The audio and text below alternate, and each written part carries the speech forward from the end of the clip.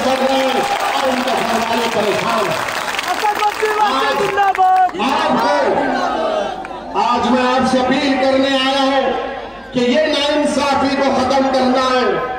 कब तक हमारी बहन अपने जज्बात को, अपने शौहर के जज्बात को जेल के अंदर से पढ़कर यहां पर सुनाएंगे? कब तक हम लोग ये नाम निहाद सेकुलर पार्टियों के डर से, खौफ से जिंदगी गुजारेंगे? कब तक हम बीजेपी से, मोदी से, आरएसएस से डरेंगे? अरे डरना किसी से नहीं है, ना मोदी से डरना है, ना योगी से डरना है, ना अखिलेश से डरना है, ना मायावती से डरना है, ना कांग्रेस से डरना है। डरना है तो रब्बे कायनात से डरना है।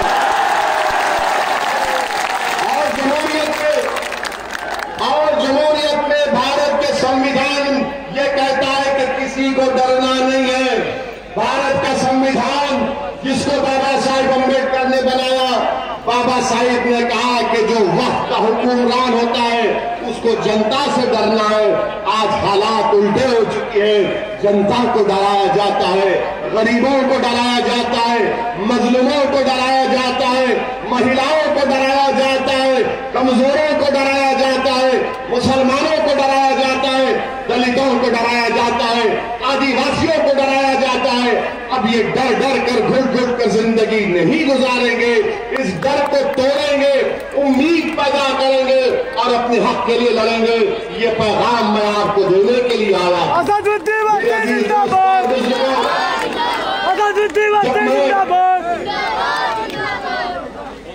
जब मैं ये कहता हूं कि उत्तर प्रदेश में मुस्लिम अक़लियत को अपनी लीडरशिप बनाना है, तो सब लोग इल्जाम लगाते मुझ पर कि ओवैसी वोट काटने को आया हूं। मेरे अजीज दोस्तों और बुजुर्गों, मैं एक मिसाल देकर आपको यहां से एक फिगर देकर चला जाऊंगा। आप जानते हैं कलीम सिद्दीकी कौन है? मौलाना कलीम सिद्दीकी का नाम सुना आपने? सुना ना? जिनको यूपी की पुलिस ने, एटीएस ने गिरफ्तार किया। अब हमको पिछले 3 दिन से रोज कोई ना कोई एसएमएस करता है, व्हाट्सएप करता है, फोन करके पूछता है, ओवैसी साहब कब बोलेंगे? मौलाना कलीम के बारे में कब बोलेंगे आप? तो हमने 2-3 से पूछा जो गुजरात से हमको फोन किए थे। हमने पूछा बताओ, तुम तो 2-3 फोन हमको कर दिए, ये बताओ तुम कौन सी पार्टी के हो? तो उसने जल्दी में था। हमने पूछा डर रहे हो क्या अपना पार्टी का नाम लेने के लिए? तो बोला डरते नहीं, हम कांग्रेस पार्टी के हैं। तो हमने पूछा बताओ तुम्हारे राहुल ने कुछ कहा मौलाना के बारे में? तो बोले वो क्यों बोलेंगे? बोले क्यों नहीं बोलेंगे? बोले आप है ना, मतलब फिर वो तुम्हारे एक के हकदार और मैं सिर्फ बोलने के लिए? बोला मैंने कहा कि पहले उनसे कहो बोलने के लिए। फिर उत्तर प्रदेश से समाजवादी के लोग हमारे पास फोन में ट्रू कॉलर है, जब नंबर बजता है तो नाम के साथ आता एसपी का नेता आता। आया हमको फोन, कहा कि आप कब बोलेंगे? बोला तुम कौन सी पार्टी के नेता हो?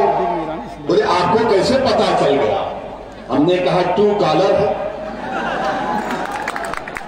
मैंने कहा मैं बोला नहीं, बोला अलग बात है, बोलो ये बताओ कि अखिलेश बोले? तो सन्नाटा था दूसरी तरफ लाइन पर। मैंने कहा अखिलेश क्यों नहीं बोले, बोले ना। फिर वो फोन कट कर दिए, फिर मिलाए, हम फिर फोन उठाए। हम समझ गए कि इसके दिल पे दस्तक हो रही है। हम बोले बताओ अब क्या बोलेंगे? तो उसने हमको कहा कि ओवैसी भाई, हम दिल से आपको चाहते हैं, हम दिल से इज्जत करते हैं, मगर क्या करें वोट हम आपको नहीं देते, मगर हमको उम्मीद तो आपसे ही है। मैंने कहा उम्मीद जरूर मुझसे रखो, बल्कि अल्लाह से ज्यादा रखो, मगर ये बताओ कि इस मसले में अखिलेश क्यों नहीं बोलेंगे? तो समाजवादी पार्टी का नेता हमसे कहा, नाम नहीं कह रहा हूं वरना बेचारे कल पार्टी से निकाल देंगे। उसने कहा अगर अखिलेश बोलेंगे तो उनको दूसरा हमने कहा दूसरा और किसका? वो दूसरे का नाम क्या है? इंसान तो है ना। बोले आप समझ जाइए ना, हम फोन पे क्या कहें? मतलब बताओ क्यों नहीं? बोले नहीं बोल सकते। हमने कहा सुनो, चाहे कलीम हो या कोई गैर मुस्लिम हो या दलित हो, अगर जुल्म होता है तो असदुद्दीन ओवैसी सबसे पहले बोलता है और बोलता रहेगा। हमने बोला आज के जलसे में अब कह रहे हैं, हम अल्लाह से दुआ भी करते हैं कि अल्लाह सुब्हानहू व तआला मौलाना कलीम को अल्लाह जल्द से जल्द रिहा करवा दे। और जिस कानून में उनको पकड़ा गया, हमने उनके वकील से भी बात की, अबू बकर साहब से, हमने उनसे भी बात की, तो उन्होंने कहा कि इंडियन पीनल कोड के सख्त से सख्त सेक्शंस उन पर लगा दिए गए। केस में कोई दम नहीं है, उनका वकील कह रहा है। जो पुलिस प्रेस कॉन्फ्रेंस में कहती है वो एफआईआर में उसका कोई तस्करा नहीं, एफआईआर में उसका कोई तस्करा नहीं है। उन्होंने कहा कि जरूर इंसाफ मिलेगा मगर टाइम लगेगा। मेरे अजीज दोस्तों और बुजुर्गों, ये जो योगी सरकार ने रिलीजन मजहब तब्दीली का जो कानून बनाया, वो कानून कितना गलत है सुनिए, सोचिए आप कि अगर मैं या कोई यहां से किसी का कत्ल करता है या अटेम्प्ट टू मर्डर होता है तो पुलिस को बताना पड़ता है कि फलां मुजरिम पर यह केस साबित होता है, जिसको अंग्रेजी में कहते हैं कि बियॉन्ड रीजनेबल डाउट, यानी पुलिस के ऊपर जिम्मेदारी होती है, प्रोसिक्यूशन के ऊपर, कि वो फौजदारी मुकदमात में कि पुलिस उस पर जुर्म को कायम करे। ये जो मजहब तब्दीली का कानून योगी आदित्यनाथ ने बनाया, वो ये कहता है कि अगर कोई मुसलमान होता है या कोई ईसाई होता है या कोई दूसरा मजहब को कबूल करता है तो उसको बताना पड़ेगा कि बगैर खौफ के और बगैर फ्रॉड के उसने मजहब को तब्दील किया। ये कानून योगी आदित्यनाथ ने बनाया, यानी कत्ल पर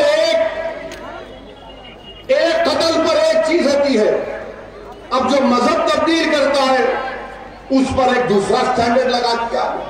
मेरे अजीज दोस्तों और बुजुर्गों, मैं योगी आदित्यनाथ के इस कानून की मजम्मत किया, कंडेम किया।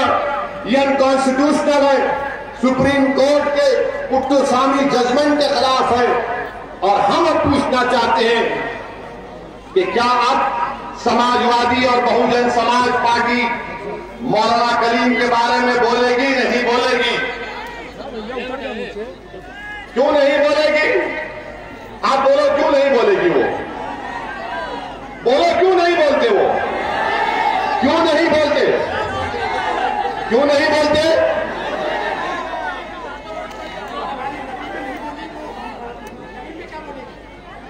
क्यों नहीं बोलते?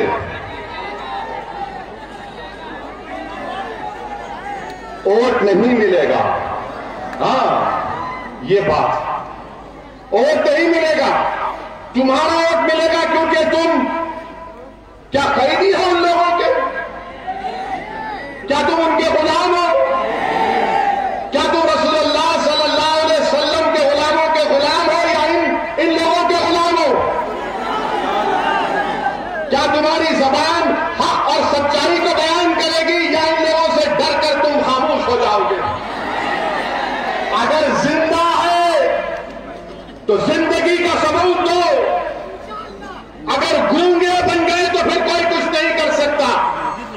अल्लाह ने हमारे तुम्हारे मुंह में जबान दी है, बोलो, चीख कर बोलो, पुकार कर बोलो कि नाइंसाफी है, ये नाइंसाफी है। हम नाइंसाफी को नाइंसाफी कहेंगे, चाहे नाइंसाफी मुसलमान से हो, हिंदू से हो, दलित से हो, बैकवर्ड क्लास से हो।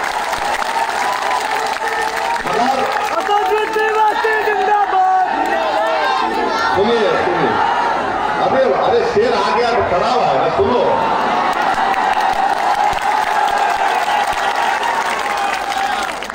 मेरे अजीज दोस्तों, मौलाना कलीम के मामले में खामोश बैठे और हम जब बोलते हैं तो देखो ये बोला, इसकी वजह से बीजेपी को फायदा हुआ। अब बोलो, ये मसले में बीजेपी को फायदा हो रहा है या सच्चा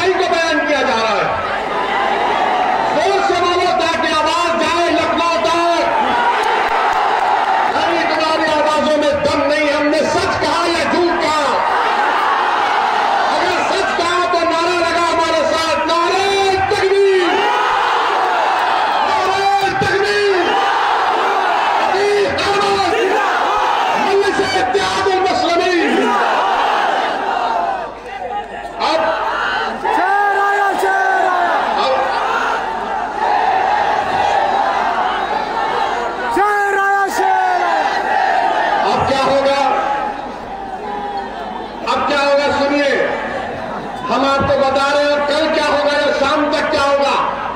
ये समाजवादी पार्टी में ये जो हमारे मीर जाफर मीर सादिक बैठे रहे ना, जो अभी तक चूड़ियां पहन कर बैठे हैं, माने महिलाओं के खिलाफ नहीं, मैं मर्दों से कह रहा हूं।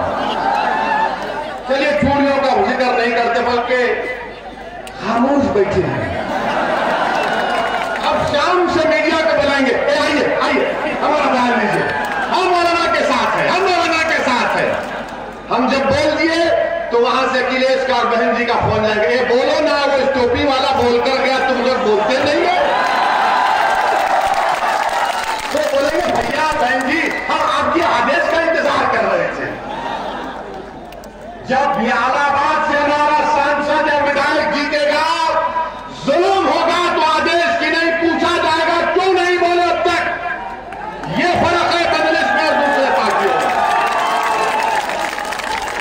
मेरे अजीज दोस्तों और बुजुर्गों, इसीलिए हमने सुनिए, इसीलिए हमने एक दिन खामोश बैठकर देखा कि कोई तो बोलेगा, कोई नहीं बोलता, हमको ही बोलना पड़ता। हमको एहसान नहीं कर रहे, बल्कि अल्लाह का शुक्र अदा कर रहे हैं कि अल्लाह ने हमको मुकाम दी, इज्जत दिया और अल्लाह ने बोलने की ताकत दी। अल्लाह सुब्हानहू व तआला ने। मेरे अजीज दोस्तों और बुजुर्गों, आने वाले असेंबली के चुनाव में आपको अपने वोट को सही इस्तेमाल करना है। हमने कह दिया कि हमारी कोशिश यही होगी कि इंशाअल्लाह ताला उत्तर प्रदेश में दोबारा बीजेपी की और योगी की सरकार ना बने। क्या हमारे साथ है? उत्तर प्रदेश में मजलिस के उम्मीदवारों को आप कामयाब करेंगे? क्या आप हमारे साथ है? हमारी बहनें हमारे साथ है? इंशाअल्लाह ताला जब आप सबका साथ रहेगा तो इज्तिमाई तौर पर मेहनत की जाएगी। और याद रखिए असदुद्दीन ओवैसी यहां पर आकर अपनी शोहरत, अपनी मकबूलियत, अपनी अनानियत को मनवाने नहीं आया है। मेरी दिल की ख्वाहिश यह है कि अल्लाह मुझे इस दुनिया से उठाने से पहले उत्तर प्रदेश में बल्कि पूरे भारत में मुझसे ज्यादा नेक और काबिल नेताओं को अल्लाह पैदा कर दे, ताकि